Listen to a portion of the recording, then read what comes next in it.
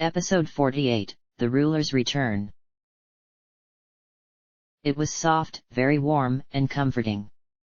There was a pleasant smell, like fresh flowers, around the room, that seemed oddly familiar to her. The chirp of birds floated through the window. She was somewhere new, that was to be sure. Since it had happened, she had occasionally caught glimpses of the world, when the sleep she had been put into momentarily weakened. A darkened laboratory. Strange men and women in uniforms who would observe her. She knew nothing about them, or the place, or any of it.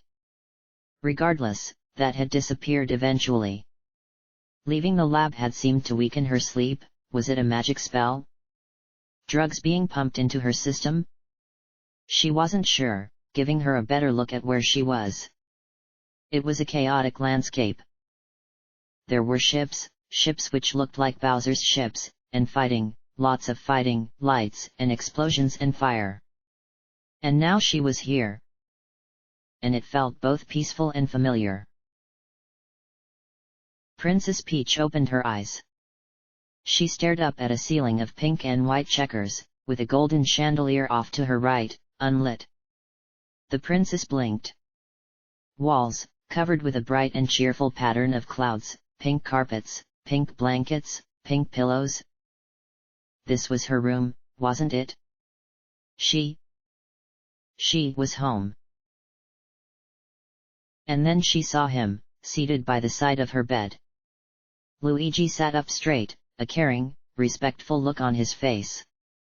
While he had never had the rugged charm and hot-headed optimism of his brother that she had loved so much, he had always been the more gentlemanly of the two, somebody who thrived on the dance floor during the annual mushroom ball while Mario preferred to stick next to the spaghetti. Mario. Princess. Luigi said, slowly and carefully. Why? You're awake. Princess Peach turned over on her side to better look at him. She still felt exhausted. Luigi. She breathed. Where? What? Luigi uncomfortably scratched his head, his mustache quivering. Why? You're in your own castle, princess. Luigi said, looking around the room. We've fixed it up for you, of course. I hope you like the room.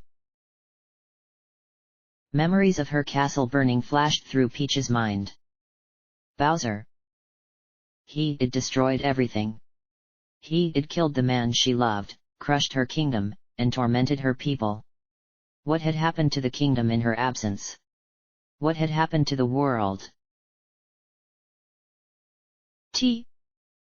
Tell me, Luigi. Peach said. The toads.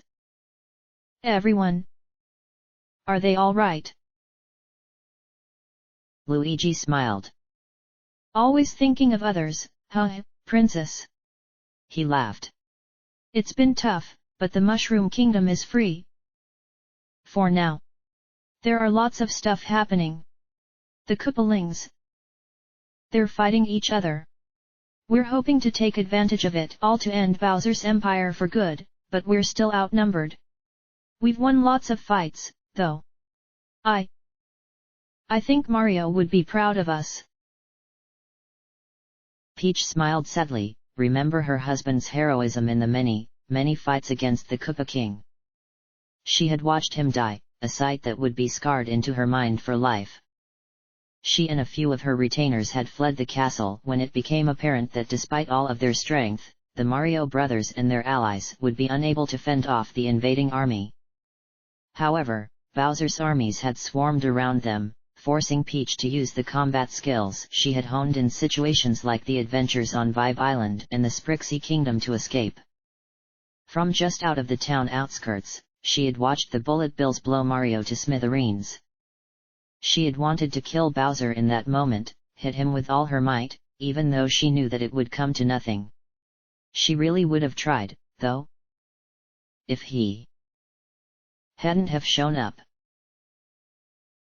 What happened, princess? Luigi asked, leaning in closer. You disappeared for 20 years, and then suddenly you appeared, right in the middle of a huge battle. Where did you go? His face suddenly fell. Sorry. This might be too soon. No, Luigi. Peach sighed, sitting up in her bed and brushing back her thick blonde hair. She looked out of the window, over the multicolored roofs of the Toad houses and a new addition to the view. An ugly wall that seemed to be made of debris, on which was perched several bill blasters. If I can help, I need to. She finished, looking back at Luigi. Okay. Luigi said quietly. At your own pace, Peach. Peach recalled that terrible night once more, shuddering. There isn't much, really. After Mario. Well, I wanted to hurt Bowser, Luigi, really hurt him. Luigi nodded, understanding. It was like something came over me, and I started running back towards town, even though there was fire everywhere and I knew I'd be captured. I had barely went 3 steps into the town, though, before I was pulled by this force, like some sort of magnet, into one of the abandoned Toad houses. In this house, Luigi, there was this strange Koopa. One of Bowser's minions? Luigi questioned. Peach shook her head. No, I don't think so. She responded. Most Koopas don't wear much more than their shells. This was very well dressed. He had an old-fashioned white suit and a white hat on his head. Luigi's eyes widened. No way! He exclaimed. Cobalt. He's a friend of mine. Met somebody who looked just like that. A super strong Koopa who didn't seem to be working for Bowser. I don't know what kind of role he plays in all of this, Peach admitted, but it's quite serious. The Koopa. He was quite polite, really. He apologized for getting in the way of my plans. And he mentioned something about a grand star needing me. I didn't quite understand that. And then his right eye glowed, he made some sort of hand gesture. And I blacked out. Luigi hung on to the edge of his seat, waiting for more, and when Peach didn't continue her story, he pressed her, Is that all? He put some kind of sleeping spell on me. Peach admitted, although I did get flashes of where I was, from time to time. I think they had me in a lab, I don't know where. There were lots of people watching me, all wearing uniforms. Then they stuck me above the ocean, and well. Peach sighed. She had never felt more tired than she did now. 20 years had passed. She wondered if she had aged in her sleep. A twinge of sadness clutched her heart. She should have been a mother by now, her children nearly ready to leave home and begin their adult lives. Why had Bowser been so cruel? It's okay, Princess. Luigi said kindly, sensing her sadness. We're all here for you. Even Toadsworth is. I think he held out in Bowser's prison just for this moment. Toadsworth! Peach exclaimed, suddenly jerking up. Surely her old butler had died. He was already nearly 70 by the time of her wedding with Mario, and in prison. I have to see him. Peach decided, getting out of bed. She wobbled on her feet, but Luigi caught her arm and steadied her. Take it easy, Luigi said gently. Your body's still weak. Peach closed her eyes. Yes, Luigi was right. She had to build up her strength again. How did we get here? Peach asked him. We were above the ocean, and then... Around the time Cobalt freed you, Bowser showed up. Luigi said grimly. Thankfully, Because of Ludwig's fleet? He's fighting his father, by the way? Bowser was distracted. We fled as fast as we could, back to here. Home. Peach breathed, looking around the room once again. Bright rays of sunlight shone through the window. Holding onto Luigi's shoulder for support, Peach began to walk away from her bed. There were so many happy memories contained within this castle, and so many more to be made. Luigi opened the door to the antechamber. There was more than 20 people squished into the small sitting room, Toads, Koopas, Yoshis. Princess! Cried an aged voice, and with speed surprising for his age, Toadsworth crossed the room and flung his tiny arms around her. Toadsworth! Peach smiled, hugging the brown mushroom cap close towards her. A tear dripped down from her eye. All would be well.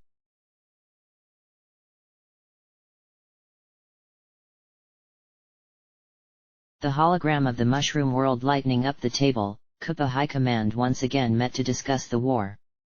Out of the 20 seats, only 12 were filled. General Koops, General Crucial, and King Boo had deflected to the Neo Empire at the start of the war, of course, but many other members of High Command had lost their lives during the hostilities. Additionally, General Flame had mysteriously disappeared, the words of his adjutant Corporal Blue Shell being that he planned to leave the Koopa troop and become involved in organized crime. Still, there was a surprisingly hopeful atmosphere surrounding the table, despite how grim the situation was. Looking over the table there was a balcony, with 9 thrones for the Koopa Emperor and his children. For the first time since the conquest of the world, the center throne, decorated with ornate golden spikes, was filled. Bowser sat upright, with one leg crossed against the other and his head resting against his fist, his elbow propped up against the armrest. It was a pose he liked quite well, because it gave the feeling that he was so in command, he didn't even need to take things seriously. Bowser hadn't taken anything seriously for 20 years, nor had he gotten enjoyment out of anything. But now he was filled with a rage that seemed to burn within him. He had a second chance at life, and he'd do anything to get it back. Grand General Sheldon looked upward from his seat at the head of the table. Emperor Bowser, we've gone over this, he said. Sector 2, Sector 4, and Sector 6 have been conquered by Ludwig's forces. That leaves Koopa Central and Sector 8 the only districts of the Empire that are still under our control. Furthermore, the Mushroom Kingdom resistance have succeeded in taking back the majority of their kingdom, which effectively means that Sector 8 now only consists of the Koopa Kingdom and the Bean Kingdom. The armies that were under the command of Morton, Iggy, and Lemmy have almost been completely destroyed, while Bowser Jr.'s army has been split down to about half, thanks to our enemy's deception in destroying our invasion fleet. Even with the Koopa Central elite force, we are still drastically outnumbered. Speed up the building of the new airships, Bowser roared, smashing his fist against the throne. I want to lead an attack on Ludwig's castle, right now. I'll give that stupid son of mine a talking to, you bet I will. The face the supreme commander of the Koopa troop war was one of concern and nervousness. Emperor Bowser, Sheldon said slowly. If we were to do that, we would certainly be destroyed. We don't know what kind of weapons Ludwig has yet to show us. If we were to draw all forces to here in Koopa Central, we can set up the ultimate defense. Fight Ludwig on our home turf. If we can capture him, the war will be over. Defense! Bowser exclaimed in disgust. Defense is for sissies.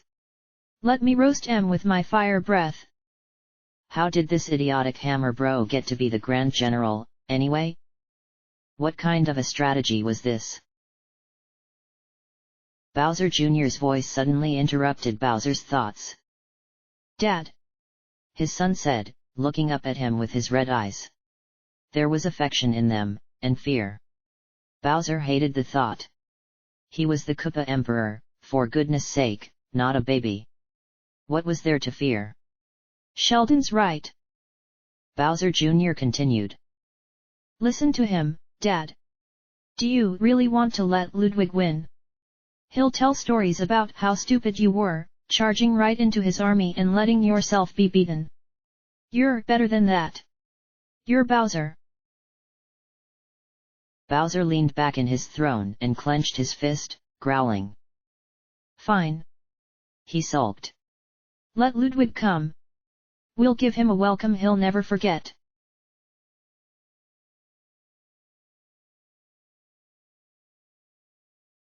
Larry felt alone as he stood in the center of Ludwig's vast throne room. He stood on the hard marble floor, on a design made of sapphire depicting Ludwig's insignia, while before him, on a golden throne on a raised dais, Ludwig sat, glaring at him contemptuously. Thunder rumbled outside, sending a white flash through the ornate hall. You stupid little brother! Ludwig hissed, his claws digging into his golden armrest. Roy, Wendy, King Boo, and the Neo-Empire's other generals looked around nervously. Larry felt uncomfortable. He wasn't in control of this situation, and he was always in control. I gave you that fleet because I thought you had more sense than Roy. It seems I was wrong. Not only did you let Princess Peach get away, you retreated as soon as our father showed his ugly head. Were you scared of him, Larry? Are you a coward? Larry sighed, closing his eyes. Big bro, Dad had, like, 100 new battleships, plus some gigantic one that I assume was his. We were outnumbered, Lud. We would have been blown to smithereens. No technology made by my father can surpass my new airship Mark III's. Ludwig exclaimed, his voice booming throughout the hall. Once my flagship, the Symphony of Destruction, is finished, Father's fleet will be no match for me. The old empire is finished. We could have won the war yesterday if not for your incompetence. Larry sighed. Things weren't going well. He had always been well liked by Ludwig, but once his brother got this angry, it could be ages before he loosened up. He'd have to start thinking of a strategy around this fast. Ludwig! Roy grunted from his place beside the throne. Come on, let me at him. I'm tougher than Larry.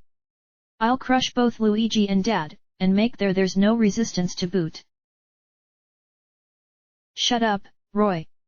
Ludwig silenced him with a contemptuous wave of his hand. You don't interest me. Then let me do it. Wendy insisted in her high-pitched voice. I guarantee, my troops are top-notch. No, Ludwig said decisively, getting up from his throne. I will command our next attack personally. It's time I stopped leaving my empire in the hands of imbeciles. Very soon, we will march on Koopa Central and end this. End.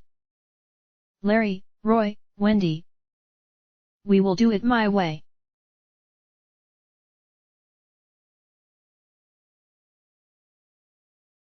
The council room of 7 stars was dark, save for one monitor which bathed Antonio in a beam of orange light. The Grand Star sat alone in silence, brooding on that events that had happened. Everything was going according to plan. It mattered not who had managed to secure Princess Peach. The end of the legendary conflict that had been going on for decades was near. Very soon, the starfall would begin. Antonio had waited his entire life for this moment. Nothing would stop him now. The door to the council chamber slid open without a sound and his brother Giovanni walked in. Due to the dim lighting throughout 7 Stars headquarters, the open door did little to light up the council room. We've begun the process, Antonio. Giovanni reported. We are waking Mario up, right now. Antonio smiled. Soon, my beautiful red star will once again grace this world, he said, leaning back on his chair. Everything is going according to plan, Giovanni. Very soon our ambitions will be realized. Giovanni nodded. What news from our ally, Antonio? Antonio leaned forward and clasped his hands together, resting them on the glass table. Nothing has changed in our plan, Giovanni. Even my lesser son's meddling has not set it back. Do not worry, Giovanni. Antonio's eyes seemed to shine in the dark orange light. The mushroom world will soon be no more.